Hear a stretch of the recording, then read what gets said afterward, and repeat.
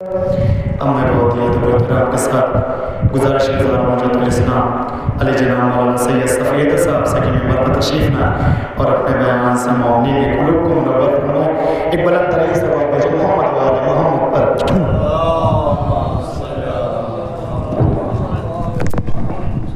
فاتحہ۔ حول ولا قوة الا باللہ العلی العظیم۔ اعوذ باللہ من الشیطان الرجیم، بسم اللہ الرحمن الرحیم۔ الحمد للہ الذی ہدانا لہذا وما كنا لنہتدی لولا ان ہدانا اللہ۔ لقد جاءت رسل ربنا بالحق، الصلاة والسلام وتحیۃ والاکرام مولانا و مولا الکونین جد الحسنین ابی القاسم محمد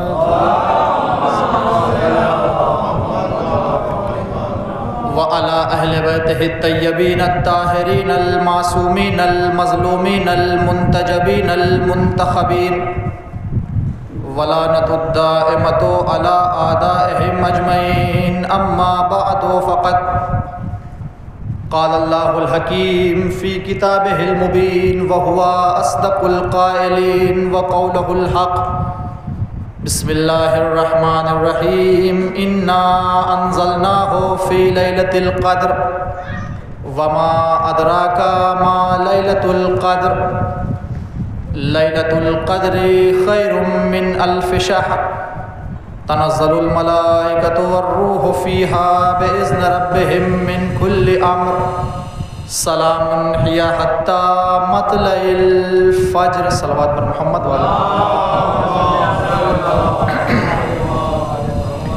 حضرات گرامی قدر، معزز محترم سامعین کرام، بزرگان عزیز، سورہ مبارکہ قدر کے متعلق چند معروضات علماء کے حضور میں بطور اصلاح پیش کروں۔ قبل اس کے ایک مرتبہ سورہ حمد اور 3 مرتبہ سورہ اخلاص کی تلاوت فرما کے مرحومہ صابر النساء بنت مرتضیٰ حسین، مرحوم مہدی حسن ابن سید حسن کی روح کو ایصال فرماتے ہیں۔ ایک صلوات پڑھے ورد ہے اور قابل غور ہے کہ ہمارے یہاں اکثر مجلسوں میں یا یوں کہا جائے کہ یہ دستور بن گیا ہے، یہ فیشن بن گیا ہے کہ جب تک اولاً تو مولانا نہ بیٹھ جائیں تب تک ہم نہیں آتے، اس سے ذرا سا اور آگے بڑھے تو جب تک مصائب پہ نہیں آتے تب تک نہیں آتے، یا تیسرے جو کچھ زیادہ ترقی یافتہ لوگ ہیں وہ اس وقت تک نہیں آتے جب تک مولانا مصائب پڑھ کے اتر نہ جائیں اور انجمن نہ لگ جائے۔ دیکھیے ایک بات جو ہمیں ماننی چاہیے اور ہمارا عقیدہ بھی یہ ہے کہ ہم میں سے فرش عزا پہ بیٹھنے کا حق اسے ہی ملتا ہے جسے امام حسین کی ماں اجازت دیتی ہیں۔ لاکھ ہم کسی کو بلاتے رہیں، جسے امام حسین کی ماں کی اجازت حاصل نہیں ہوگی وہ چاہ کر بھی مجلس حسین تک نہیں آ سکتا۔ تو ہمیں اپنے نصیب پر فخر کرنا چاہیے کہ ہمیں بی بی دو عالم نے اس قابل سمجھا ہے کہ ہمیں مجلس حسین کے لیے انتخاب کیا ہے۔ ایک صلوات پڑھے بر محمد والے محمد۔ سورہ مبارکہ قدر کی تلاوت کی آپ حضرات ترجمے سے واقف ہیں اور حتی الامکان آپ موضوع سے بھی باخبر ہو گئے ہیں کہ اس سورے کے ذیل میں آج کی جو مناسبت ہمارے ہاں ہے اس کے متعلق چند معروضات، چند باتیں پیش کی جائیں گی، اور اس کے بعد ایک والدہ کی ایصال ثواب کی مجلس ہے، لہٰذا اس موضوع کو مد نظر رکھتے ہوئے شہزادی کونین کی زندگی کے کچھ اہم پہلو جن پر ہم زیادہ توجہ نہیں کر پاتے ہیں ان کے متعلق چند باتیں پیش کی جائیں گی۔ سب سے پہلے آیہ کریمہ کا ترجمہ تبرکاً آپ کے سامنے عرض کر دوں، ضرورت تو نہیں ہے، اپنے چھوٹے بھائیوں کے لیے۔ انا انزلناہ فی لیلۃ القدر، بے شک ہم نے اسے شب قدر میں نازل کیا ہے۔ وما ادراک ما لیلۃ القدر، اور تم کیا جانو کہ شب قدر کیا ہے، لیلۃ القدر کیا ہے، یہ تمہاری سمجھ سے باہر ہے، تم نہیں سمجھ سکتے کہ یہ رات کتنی عظمتوں والی رات ہے۔ بس اگر سمجھنا ہے تو خلاصے کے طور پر یہ سمجھ لو کہ لیلۃ القدر خیر من الف شہر، کہ شب قدر 1000 مہینوں سے افضل ہے۔ دیکھیے ہمارے یہاں بسا اوقات ترجمے میں ہم ایک چوک کر جاتے ہیں، کہتے ہیں 1000 راتوں سے افضل ہے، نہیں، الف شہر ہے، یعنی 1000 مہینوں سے افضل ہے شب قدر کی یہ مبارک اور پاک و پاکیزہ رات۔ کیوں ہے یہ رات عظمت والی؟ قرآن نے پہلے ہی آیت میں اعلان کر دیا ہے، انا انزلنا، ہم نے، ایک صلوات پڑھے پر محمد، کیونکہ ہم نے اس رات میں قرآن کو نازل کیا ہے، قرآن کے نزول کی رات ہے، لہٰذا یہ رات 1000 مہینوں سے بھی افضل ہے، اور آپ اس کی معرفت سے، اس کی عظمت سے باخبر نہیں ہو سکتے۔ کما حقہ، معرفت اس کی ہمارے بس میں نہیں ہے۔ ابھی آپ حضرات نے اعمال انجام دیے، خدا ہم سب کی عبادتوں کو قبول فرمائے۔ اور آج روایت میں ہے کہ جو شب 19 ہے، اس رات میں ہمارا نصیب لکھا جاتا ہے، ہماری تقدیر لکھی جاتی ہے، ہمارا مقدر لکھا جاتا ہے۔ شب 19 میں تقدیر لکھی جاتی ہے، شب 21 میں وہ تقدیر مستحکم اور محکم ہوتی ہے، اور شب 23 میں اس پر پروردگار کی جانب سے مہر لگتی ہے، امضا ہوتا ہے۔ تو یہ رات ہماری تقدیر لکھی جانے والی رات ہے، جس میں ہمارا مقدر لکھا جا رہا ہے، یہ وہ رات ہے۔ دعا ہے پروردگار ہم سب کی تقدیر میں تو اپنی رضا اور خوشنودی کو لکھ دے، ہم سب کو اپنے گھر کعبۃ اللہ کی زیارت کے شرف سے مشرف فرما، اطباق عالیات حرمین شریفین کی زیارت کا شرف ہم سب کو حاصل ہو آج کی اس رات کے صدقے میں۔ ایک صلوات پڑھے بر محمد والے محمد۔ یہ رات برکتوں والی رات ہے، رحمتوں والی رات ہے۔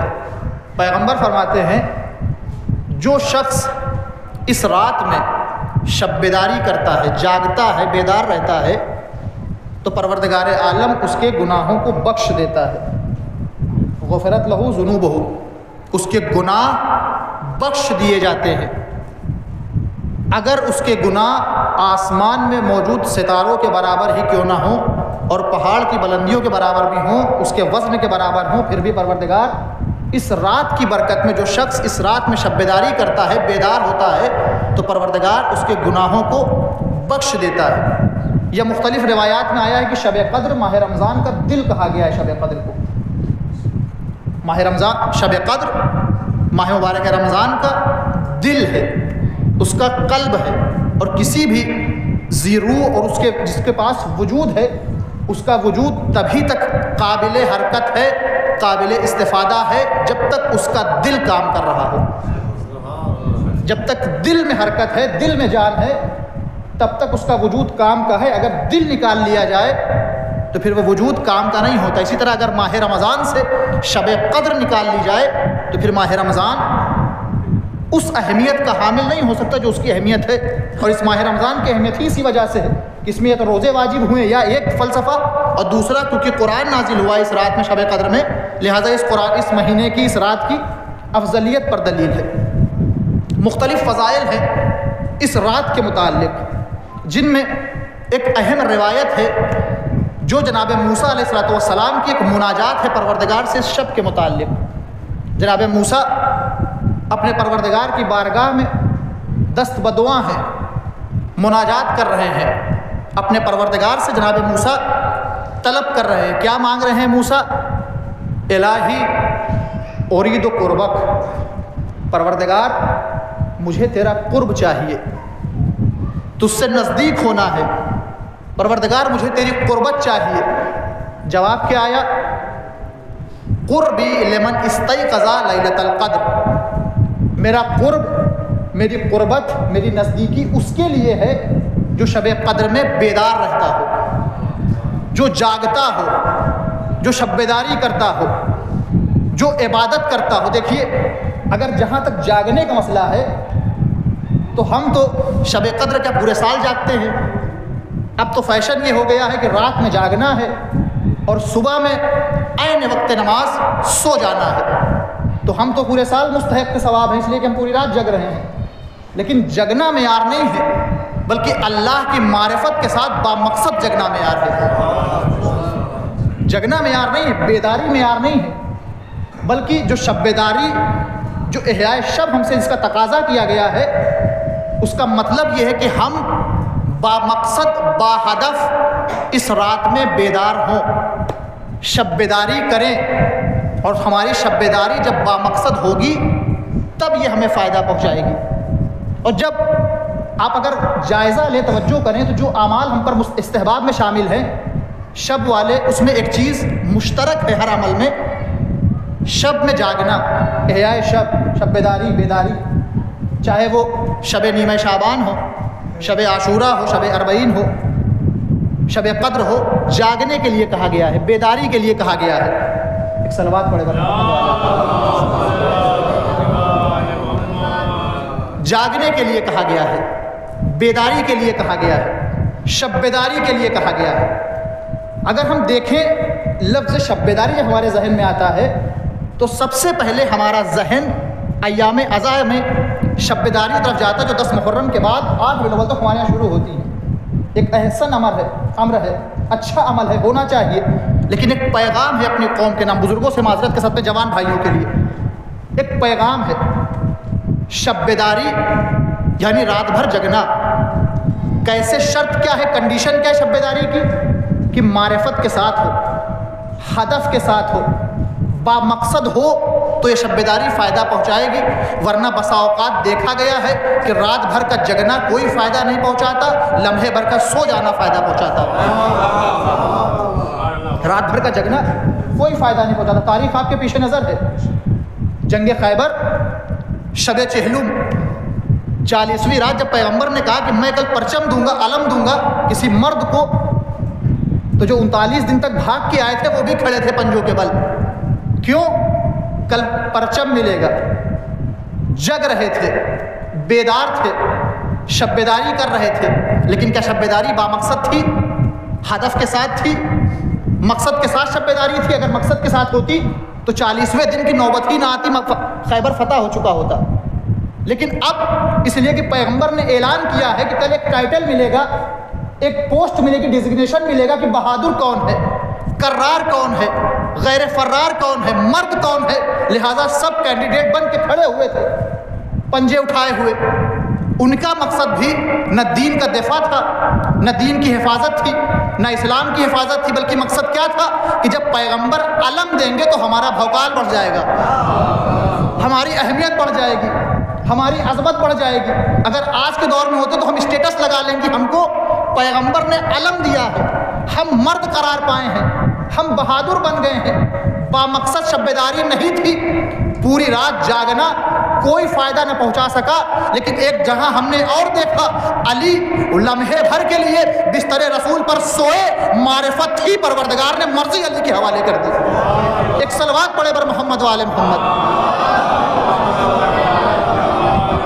تو کبھی کبھی سو جانا رات بھر کے جاگنے پر بھی فوقیت حاصل کر جاتا ہے، فائدہ پہنچا جاتا ہے، ہمارے لیے نفع کا سبب بن جاتا ہے. ایک اور شب بیداری ہے تاریخ میں. دیکھیں ہم یہ نہ سمجھیں کہ شب بیداریاں ہماری ایجاد ہے، نہیں، شب بیداریاں دور اول سے چلی آ رہی ہیں. ایک شب بیداری اور ہے، وہ کب ہوئی ہے؟ شب عاشور. 2 کردار ہیں، سمجھیں کہ ہماری شب بیداری ہمیں کتنا فائدہ پہنچا رہی ہے. 2 کردار ہیں، 2 کیریکٹر ہیں، دونوں پوری رات جگ رہے ہیں، شب بیداری کر رہے ہیں، بیدار ہیں. ایک حر ہے، دوسرا عمر سعد ہے. دونوں جگ رہے ہیں، دونوں اپنے مقصد کے حصول کے لیے بیدار ہیں. لیکن دونوں شب بیداریوں میں فرق ہے، دونوں میں ڈفرنس پایا جاتا ہے، دونوں میں افتراق پایا جاتا ہے. ایک شب بیداری مقصد کے ساتھ ہے، ایک شب بیداری بنا مقصد کے ہے. ایک شب بیداری ہدف کے ساتھ ہے، ایک شب بیداری بنا ہدف کے ہے. جو شب بیداری خور کر رہے ہیں وہ ہدف کے ساتھ ہے, وہ مقصد کے ساتھ ہے. جو شب بیداری عمر ساتھ کر رہا ہے وہ بے ہدف ہے, بے مقصد ہے. دنیا نے روز عاشور نتیجہ دیکھا. جو شب بیداری ہدف کے ساتھ تھی خور کو علیہ السلام بنا دیتی ہے, جو شب بیداری بے مقصد تھی لعنت کا توق پہنا دیتی ہے. ایک صلوات پڑھے بر محمد و آل محمد پر. جو شب بیداری مقصد کے ساتھ تھی وہ علیہ السلام بنا دیتی ہے ایک شب میں, اور جو شب بیداری بنا مقصد کے تھی وہ انسان کو لعنت کا مستحق بنا دیتی ہے قیامت تک. اب ہم غور کریں اور اپنی شب بیداریوں کو اس میزان پر لا کے پرکھیں کہ کیا جو شب بیداریاں ہم کر رہے ہیں, جو جگ رہے ہیں, یہ جگنا مقصد کے ساتھ ہے یا بے مقصد ہے.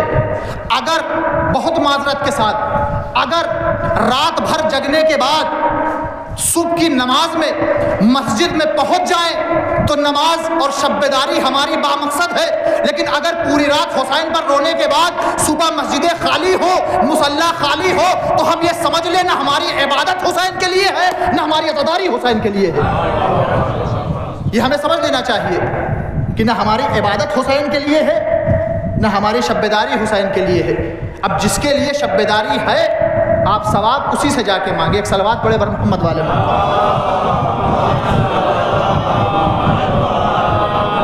جناب موسیٰ نے کیا دعا کی؟ پروردگار مجھے تیرا قرب چاہیے, تیری نزدیکی چاہیے, تجھ سے قربت چاہیے.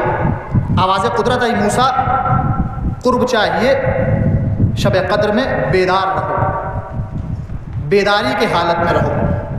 بیداری مقصد کے ساتھ ہونی چاہیے. دوسرا سوال جناب موسیٰ کا, الہی اريد الجواز علی الصراط, پروردگار مجھے پل صراط سے گزرنے کا جواز چاہیے, مجھے ایک پروانہ چاہیے جو مجھے پل صراط سے گزارنے میں میرے لیے مددگار ثابت ہو. آواز قدرت آئی موسیٰ اگر پل صراط کے لیے پروانہ چاہیے تو شب قدر میں صدقہ دیا کرو. شب قدر میں صدقہ دو, اس لیے کہ صدقہ تو تدفع البلا, صدقہ بلا کو ٹال دیتا ہے, بڑی بڑی مشکلات کو ٹال دیتا ہے. اگر پل صراط سے گزرنا ہے, آسانی چاہیے, تو پھر صدقہ عطا کرنا پڑے گا, صدقہ نکالنا پڑے گا. پھر جناب موسیٰ نے سوال کیا, پروردگار مجھے تیری رحمت چاہیے, تیری رحمت کا مدعو ہوں, مطلوب ہوں, تیری رحمت چاہیے. آواز قدرت موسیٰ اگر رحمت چاہتے ہو تو شب قدر میں مسکینوں کا خیال رکھا کرو, شب قدر میں مسکینوں کا خیال رکھا کرو. آج جس شخصیت کی, جس امام کی شب ضربت ہے, اگر آپ اس امام کی زندگی اٹھا کے دیکھیں تو علی کی پوری زندگی مسکینوں اور غریبوں کی مزاج پرسی میں گزری ہے. اور امام علی کا وصیت نامہ بھی اسی بات پر منحصر ہے کہ کبھی کسی یتیم کو تکلیف نہ پہنچانا, کسی مسکین کو کوئی تکلیف نہ پہنچانا. اگر ہمیں اللہ کی رحمت چاہیے تو کیا کرنا ہے؟ مسکینوں کی مدد کرنی ہے. پھر مجھے موسیٰ نے پوچھا, پروردگار مجھے تیری رضا چاہیے, تیری مرضی چاہیے. آواز قدرت آئی موسیٰ اگر میری رضا چاہیے, میری مرضی چاہیے تو شب قدر میں 2 رکعت نماز پڑھا کرو, نماز ادا کرو, میں اپنی مرضی تمہارے حوالے کر دوں گا. یہ کتنا آسان امر ہے. پروردگار کی مرضی جسے حاصل ہو جائے تو پھر اسے دنیا کی کسی بھی نعمت کی کوئی گنجائش اس کے لیے نہیں بنتی. اسے پھر کچھ نہیں چاہیے. جسے اس کا پروردگار مل جائے پھر اسے دنیا کی کوئی دولت ملے نہ ملے اس پر فرق نہیں پڑتا. اسی بات کو امام حسین نے ذکر کیا تھا, پروردگار جس نے تجھے پا لیا اس نے کھویا کیا, اور جس نے تجھے کھو دیا اس نے پایا کیا. ایک صلوات پڑھے بر محمد والے محمد. شب قدر عبادت کی رات ہے, پروردگار کی قربت کی رات ہے, اس کی بندگی کی رات ہے. کیوں ہے رات افضل؟ اس لیے کہ اس رات میں پروردگار عالم نے قرآن کو نازل کیا ہے, اللہ کی کتاب نازل ہوئی ہے. کون سی کتاب؟ ہدی للمتقین, وہ کتاب جو صاحبان تقویٰ کے لیے, خوف خدا رکھنے والوں کے لیے ہدایت ہے, ان کے لیے ہادی ہے, یا مختلف فضائل جو قرآن کے متعلق میں اس مجلس میں یہاں ذکر کر چکا ہوں مجلس میں، کہ جو فضائل بزبان خود بزبان قرآن بزبان روایت ذکر ہوئے ہیں کہ قرآن کی کیا اہمیت اور کیا فضیلت ہے۔ قرآن شب قدر میں نازل ہوا، اس رات میں پروردگار عالم نے اپنی معجز نما کتاب، اپنی ہادی کتاب کو نازل کیا۔ اور اگر ہم دیکھیں کہ پیغمبر کی جو بعثت کا مقصد بتایا گیا ہے، ان بعثت کے مقاصد میں ایک مقصد ہے پیغمبر کا تزکیہ نفس اور کتاب و حکمت کی تعلیم۔ اور یہ تزکیہ کیسے ہوگا؟ قرآن کی آیتوں کو سنا کے۔ سوال یہ پیدا ہوتا ہے جب پیغمبر نے 23 برس تک مسلسل لوگوں کو قرآن کی آیتیں سنائیں، تلاوت کی، ہدایت کی، تو پھر ایسے لوگ کہاں سے وجود میں آئے جو پیغمبر کے دور میں بھی اور پیغمبر کے بعد قرآن کے مخالف ہو گئے؟ پیغمبر نے ہدایت کی، ان کی قرآن کی تلاوت کی، ان کے سامنے آیات سنائی، تو پھر یہ لوگ پیغمبر کے مخالف کیوں ہوئے؟ یہ قرآن کے مخالف کیوں؟ یعنی اس کا مطلب کہ قرآن اگر ہدایت ہے تو معاذ اللہ نعوذ باللہ قرآن پر شک ہو جاتا ہے کہ یا تو پیغمبر نے صحیح سے ہدایت کی نہیں، یا یہ قرآن ہدایت کی کتاب نہیں ہے۔ اگر ہدایت کی کتاب ہوتی تو سب نے ہدایت لی، سب کو پیغمبر نے ہدایت دی ہے، تو پھر لوگ سب کیوں ہدایت یافتہ نہیں ہوئے؟ کیوں لوگ گمراہ ہوئے؟ کیا اس میں قرآن کا کوئی فالٹ ہے؟ پیغمبر کی طرف سے کوئی کوتاہی ہے؟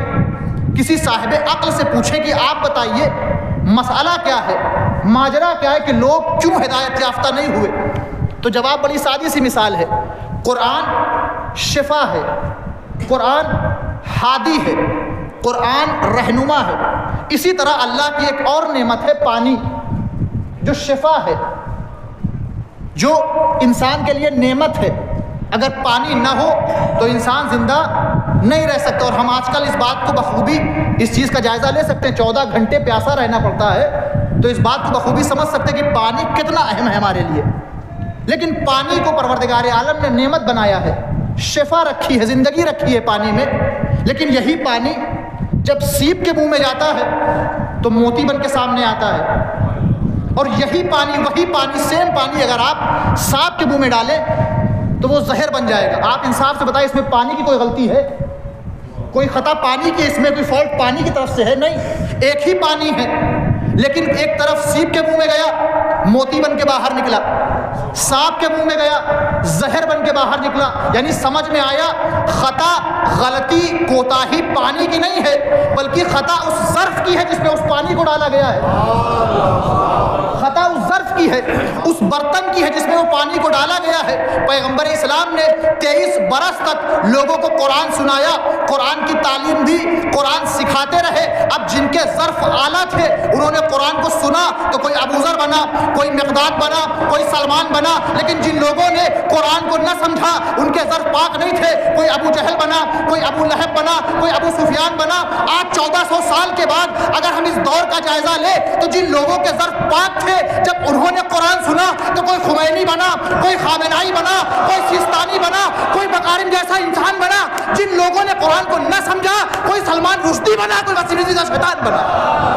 ایک صلوات پڑھے پر محمد والے محمد۔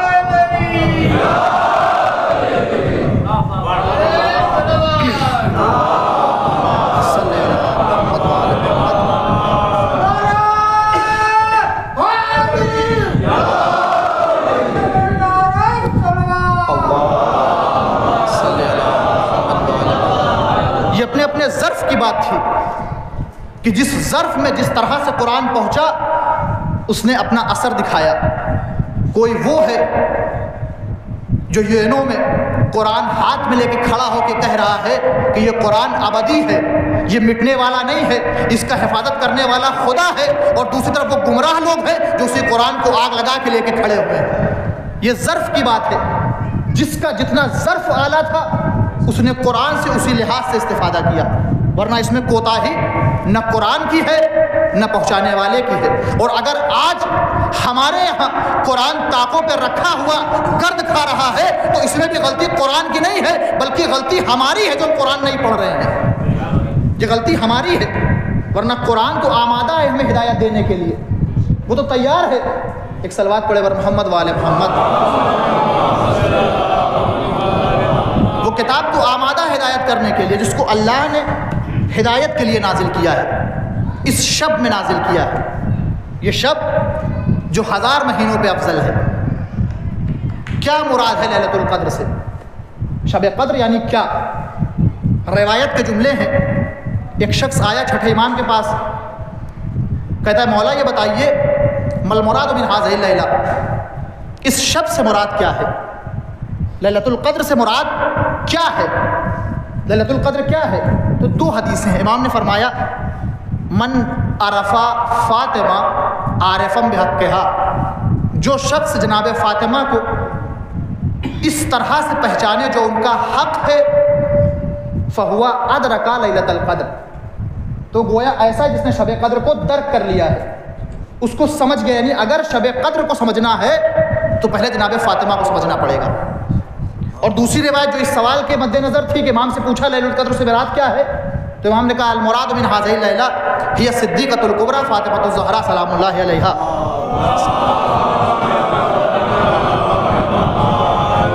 اس شب سے مراد ہماری دادی سیدہ نساء العالمین ہے، جناب فاطمہ ہے اس رات سے مراد. کیا مناسبت ہے جناب فاطمہ کی اس شب سے؟ اگر دیکھا جائے کیا نسبت حاصل ہے جناب فاطمہ کو اس شب سے؟ شب قدر کی عظمت کیوں ہے؟ الذی انزل فیہ القرآن، یا انزلنا، ہم نے اس شب میں قرآن نازل کیا. یعنی قرآن جس شب میں نازل ہو اس شب کو لیلۃ القدر کہا جاتا ہے.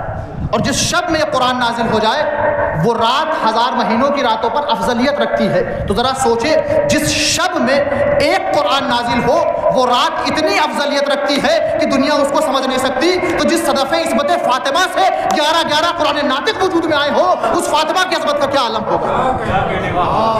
جس فاطمہ کی صدف عصمت سے 11 قرآن ناطق دنیا میں آئے ہیں اس فاطمہ کی عظمت کیا ہوگی؟ واقعاً ہم نے فاطمہ کو نہیں پہچانا، ہم شہزادی کو نہیں سمجھ سکے. اگر جناب فاطمہ کو صحیح معنی میں سمجھنا ہے تو ان کی عظمت اس سے پوچھیے جو خود کہہ رہا ہے فاطمہ تو ام ابیہا، فاطمہ اپنے باپ کی ماں ہے. اس شخص سے پوچھے جو کہہ رہا ہے جب بھی میں فاطمہ کو دیکھتا ہوں اپنی ساری مشکلات بھول جاتا ہوں، فاطمہ پر میری نگاہ پڑتی ہے. علی جیسا انسان اپنی مصیبتیں بھول جاتا ہے. کیوں؟ اس لیے کہ فاطمہ پر نگاہ پڑ گئی. فاطمہ وجہ آرامش علی ہے، علی کے سکون کی سبب ہے فاطمہ. اور اگر آپ پس منظر میں جائیں جناب فاطمہ کی ولادت کے کہ فاطمہ پیغمبر کو کس حالت میں دی گئی ہے. عرب کا دور آپ کے سامنے ہے. مکے میں پیغمبر کو تانا دیا جا رہا ہے، پیغمبر کو ابتر کہا جا رہا ہے، پیغمبر کو مقتول نسل کہا جا رہا ہے کہ ان کا دین بچنے والا نہیں ہے. کیوں؟ اس لیے کہ ان کا کوئی وارث نہیں ہے، کوئی محافظ نہیں ہے، دین کا خطرے میں ہے. یہ جتنا تبلیغ کرنا چاہے کر لیں، ان کا دین خطرے میں ہے، ختم ہو جائے گا. لیکن اللہ کو کچھ اور منظور تھا، مشیت کچھ اور انتظام کر کے بیٹھی تھی. اللہ نے جب پیغمبر کو جناب فاطمہ کا نور دیا ہے تو کیا اہتمام کیا پروردگار نے؟ آپ سب واقف ہیں.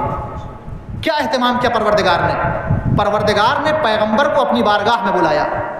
شب معراج پیغمبر پروردگار کی بارگاہ میں پہنچے ہیں، پروردگار نے جناب فاطمہ کا نور پیغمبر کے صلب میں منتقل کیا ہے. روایت ہم سب پڑھتے ہیں، سب جانتے ہیں. آپ انصاف سے بتائیں پروردگار عالم جسم رکھتا نہیں ہے، جسمانیت سے مبرہ ہے، اس کو جسم کی ضرورت نہیں ہے، پھر بھی کائنات میں 2 گھر ہیں جن کو پروردگار سے نسبت حاصل ہے. 2 گھر، ایک آسمان پر بیت معمور، ایک زمین پر کعبۃ اللہ. وہ اللہ جس کو جسم کی ضرورت نہیں، گھر نہیں چاہتا، لیکن پھر بھی 2 گھر کائنات میں جو اللہ سے منسوب ہیں. آسمان پر بیت معمور، زمین پر کعبۃ اللہ. پیغمبر پریشان ہیں، پیغمبر بے چین ہیں. دین کی حفاظت کیسے ہوگی؟ پروردگار نے آواز دی فَلَسَوْفَ يُؤْتِيكَ رَبُّكَ فَتَرْضَىٰ، اے پیغمبر ان قریب ہم آپ کو وہ عطا کریں گے جس سے آپ راضی ہو جائیں گے. ایک طرف پروردگار کہہ رہا ہے نُوَلِّيَنَّكَ قِبْلَةً تَرْضَاهَا، پیغمبر ہم آپ کو ایسا قبلہ دیں گے جو آپ کو راضی کر دے گا.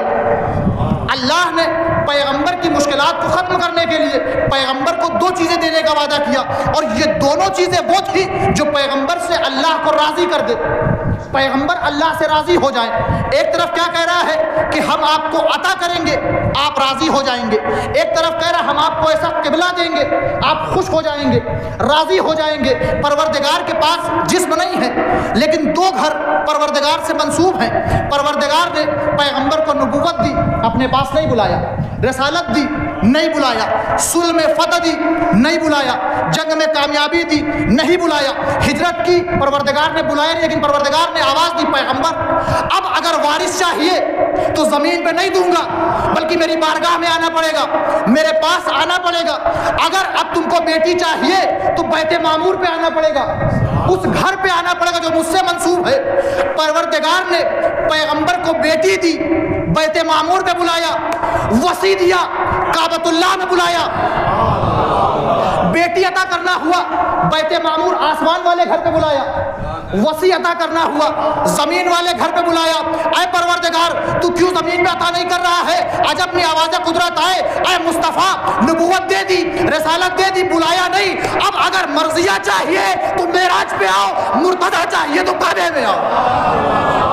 ایک صلوات پڑھے بر محمد و آل محمد.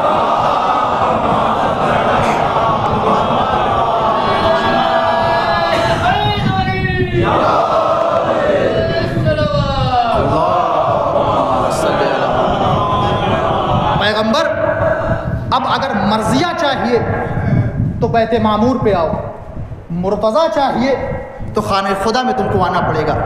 اے پروردگار اس پروسیس کو الٹا بھی تو کر سکتا تھا. علی کے لیے آسمان پہ بلاتا, فاطمہ کو کعبے میں دے دیتا. عجب نہیں آواز قدرت آئے.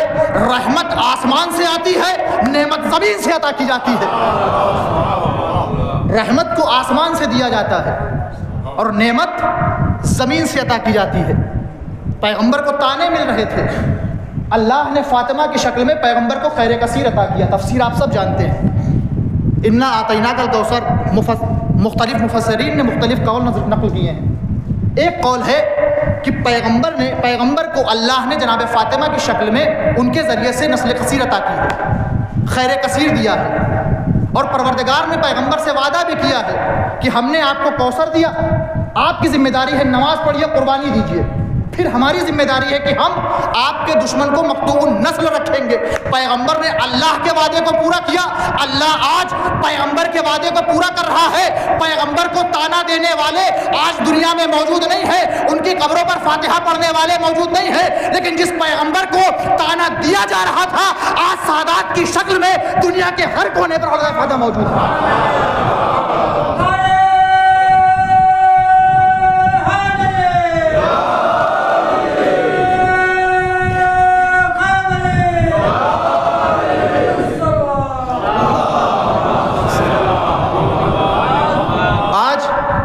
جو پیغمبر کو تانا دے رہے تھے ان کی قبروں پر چراغ جلانے والوں کا پتہ نہیں, قبریں پتہ نہیں ہیں, لیکن جس پیغمبر کو تانا دیا جا رہا تھا آج پوری کائنات میں سادات کی شکل میں پروردگار کا وہ وعدہ موجود ہے. اور جس کی حفاظت کا وعدہ پروردگار کر لے, کائنات کی کوئی طاقت اسے مٹا نہیں سکتی ہے, کوئی طاقت اسے مٹا نہیں سکتی ہے. فاطمہ ہے خیر کثیر کا سبب. پیغمبر کو اللہ نے فاطمہ دی ہے تاکہ پیغمبر کے دین کی حفاظت ہو سکے. اور جناب فاطمہ نے اپنے آخری وقت تک اپنے امام اور اپنے ولی کی اطاعت کر کے دنیا کو بتایا کہ اپنے امام کی اطاعت کیسے ہوتی ہے اور دین کی بقا کیسے کی جاتی ہے. اپنے جوان بھائیوں سے ایک بات عرض کر رہا ہوں, بزرگوں سے معذرت کے ساتھ. ہمارا ایک ذاتی نظریہ یہ ہے کہ جب ہماری شادی ہو تو کسی ایسی لڑکی سے شادی ہماری ہو جس کے اندر جناب فاطمہ کا پرتو پایا جاتا ہو, کنیز فاطمہ ہو. دیکھیے فاطمہ تو کوئی نہیں بن سکتا, کسی کے بس میں نہیں ہے فاطمہ بننا, لیکن کنیز فاطمہ بننا ممکن ہے. کنیز فاطمہ بنا جا سکتا ہے. انسان اپنے کردار کو سنوار کے اپنے آپ کو جناب فاطمہ کی کنیز بنا سکتا ہے. لیکن ایک بات ہم کو یاد رکھنی چاہیے, اگر کنیز فاطمہ چاہیے تو خود کو پہلے غلام علی بنانا پڑے گا. اگر کنیز فاطمہ چاہیے تو پہلے خود کو غلام علی بنانا پڑے گا, ورنہ تاریخ گواہ ہے فاطمہ فدق کے چوروں کے حصے میں نہیں آتی ہے, امیر المومنین کے حق میں آتی ہے. فاطمہ امیر المومنین کے حق میں آتی ہے. تو ہمیں پہلے اپنے آپ کو غلام علی بنانا پڑے گا، اس کے بعد پھر ہم یہ توقع کریں کہ ہم کو کنیز فاطمہ ملے۔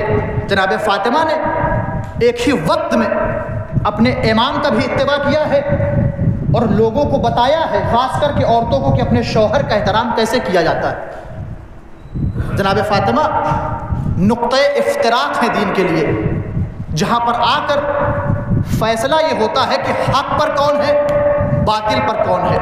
پیغمبر کی مشہور حدیث ہے ممات ولم یعرف فی زمان ہی ماتا میتۃ جاہلیہ۔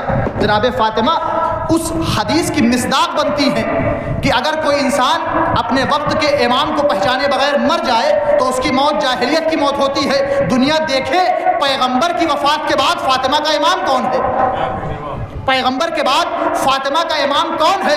فاطمہ کا امام وہ ہے جسے فاطمہ سلام کرنا نہیں چاہتی، یا وہ ہے جس پر فاطمہ اپنی جان قربان کر رہی ہے؟ کون ہے فاطمہ کا امام؟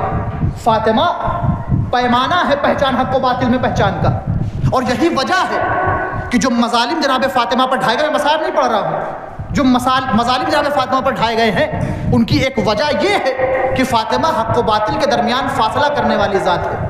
آپ نے کبھی سوچا، میں آپ سے ایک سوال پوچھتا ہوں، آپ بتائیں آپ کے دروازے پر کوئی آئے آپ کو بلانے کے لیے، آپ گھر میں ہو کہ آپ کی غیرت اس بات کا تقاضا کرتی ہے کہ آپ اپنے گھر میں کسی خاتون کو دروازے پر بھیجیں، گھر میں موجود ہوں، کسی کی غیرت گوارا کرتی ہے کہ وہ اپنے گھر کی کسی عورت کو، کسی خاتون کو دروازے پر بھیجے کہ غیر آئے ہوئے ہیں، تو سوچے جب ہماری وقتی عزت گوارا نہیں کرتی کہ ہم اپنے گھر کی خاتون کو دروازے پر بھیجے، تو پھر علی جیسا غیرت دار کیسے اس بات پر راضی ہو گیا کہ علی گھر میں ہے، فاطمہ دروازے پہ کھڑی ہوئی ہے؟ کیوں؟ کبھی سوچا ہم نے کیوں جناب فاطمہ دروازے پہ گئی؟ جناب فاطمہ کائنات کو بتانے آئی ہیں کہ دیکھو جو دروازے کے اس پار کھڑے ہیں وہ کلمہ گو ہیں، اپنے آپ کو پیغمبر کا امتی کہہ رہے ہیں، اپنے آپ کو کلمہ گو کہہ رہے ہیں، اپنے آپ کو نبی والا کہہ رہے ہیں، اپنے آپ کو سنتی کہہ رہے ہیں۔ رسول کی بیٹی دروازے پہ کھڑی ہو کے بتا رہی ہے جو رسول کی بیٹی کا احترام نہیں کر سکتا وہ پھر رسول کا بھی احترام نہیں کر سکتا۔ جس کے یہاں رسول کا احترام نہیں ہے، رسول کی بیٹی کا احترام نہیں ہے، پھر وہ رسول کا بھی احترام نہیں کر سکتا۔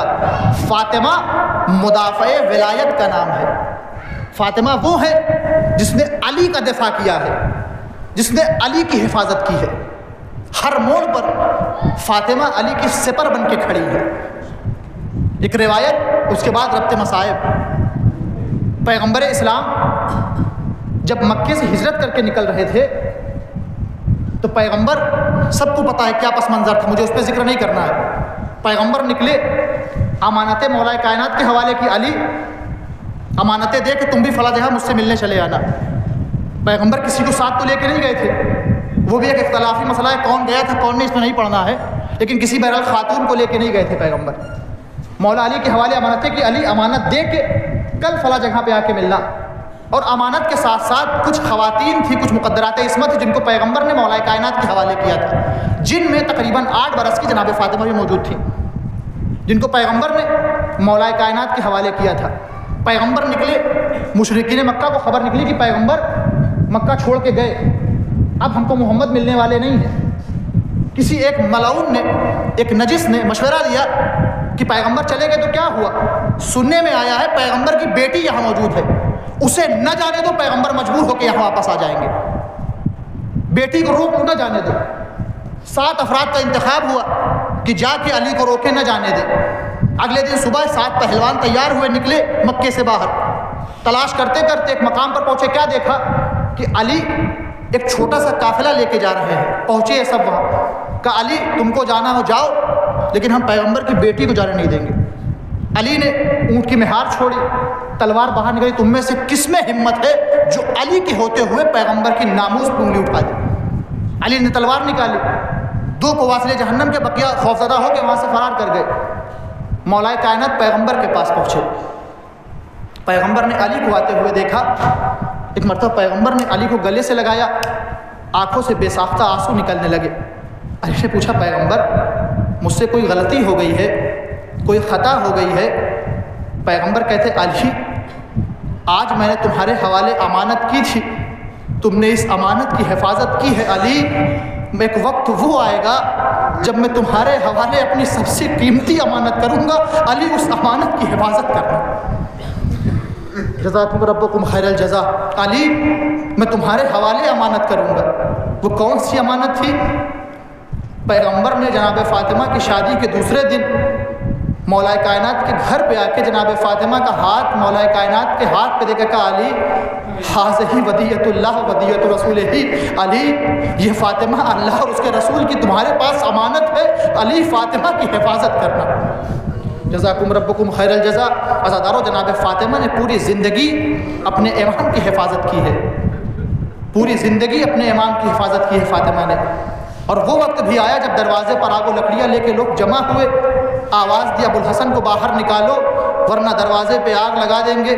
تاریخ نے لکھا دروازہ جلا، جلتے ہوئے دروازے پر ظالموں نے پیر مارا، جلتا ہوا دروازہ رسول کی بیٹی پہ گرا۔ دروازے کا گرنا تھا، میخ در جناب فاطمہ کے شکم میں پیوست ہوئی۔ فاطمہ نے آواز دی، یا فضۃ فخذینی، فاطمہ آواز دیتی، فضہ مجھے سنبھالو، میرے شکم میں میرا محسن مارا گیا۔ عزادارو، ایک مرتبہ وقت بھی آیا جب علی کو گرفتار کر کے لے کے چلنے لگے، فاطمہ نے علی کا دامن پکڑ لیا، میں علی کو نہ جانے دوں گی۔ ایک مرتبہ ایک ظالم نے فاطمہ کے بازو پہ ایسا وار کیا، فاطمہ کا ہاتھ علی کے دامن سے چھوٹا، بازو شکستہ ہو گیا، فاطمہ اپنا درد بھول گئی۔ ارے مسجد کے پاس آئی تھی، مسلمانوں علی کو چھوڑ دو ورنہ فاطمہ بال بکھیر، علی کو چھوڑ دو ورنہ فاطمہ اپنے بالوں کو بکھیر دے گی۔ عزادارو، وہ وقت بھی آیا، فاطمہ نے جناب فضہ کو بلایا، فضہ میں حجرے میں جا رہی ہوں، جب تک میری تسبیح و تحلیل کی آواز آتی رہے سمجھنا فاطمہ زندہ ہے، جب آواز آنا بند ہو جائے تو سمجھنا شہزادی دنیا سے رخصت ہو گئی۔ اے فضہ، جب میرے بچے گھر میں آئے تو میرے بچوں کو پہلے کھانا کھلانا، بعد میں میری موت سے باخبر۔ لو عزادارو، چھوٹے چھوٹے بچے گھر میں واپس آئے، فاطمہ کی آواز بند ہو گئی۔ ایک مرتبہ فضہ کہتی، بچوں کھانا کھا لو۔ دونوں بچے کہتے، فضہ کبھی تم نے دیکھا ہے کہ ہم نے اماں کے بغیر کھانا کھایا؟ ارے دونوں بچے حجرے میں پہنچے، ماں کی روح قفس ازری سے پرواز کر گئی۔ ایک مرتبہ امام حسین نے ماں کے قدموں کو پکڑا، حرکت دے کہا، اماں اٹھو، تمہارا حسین،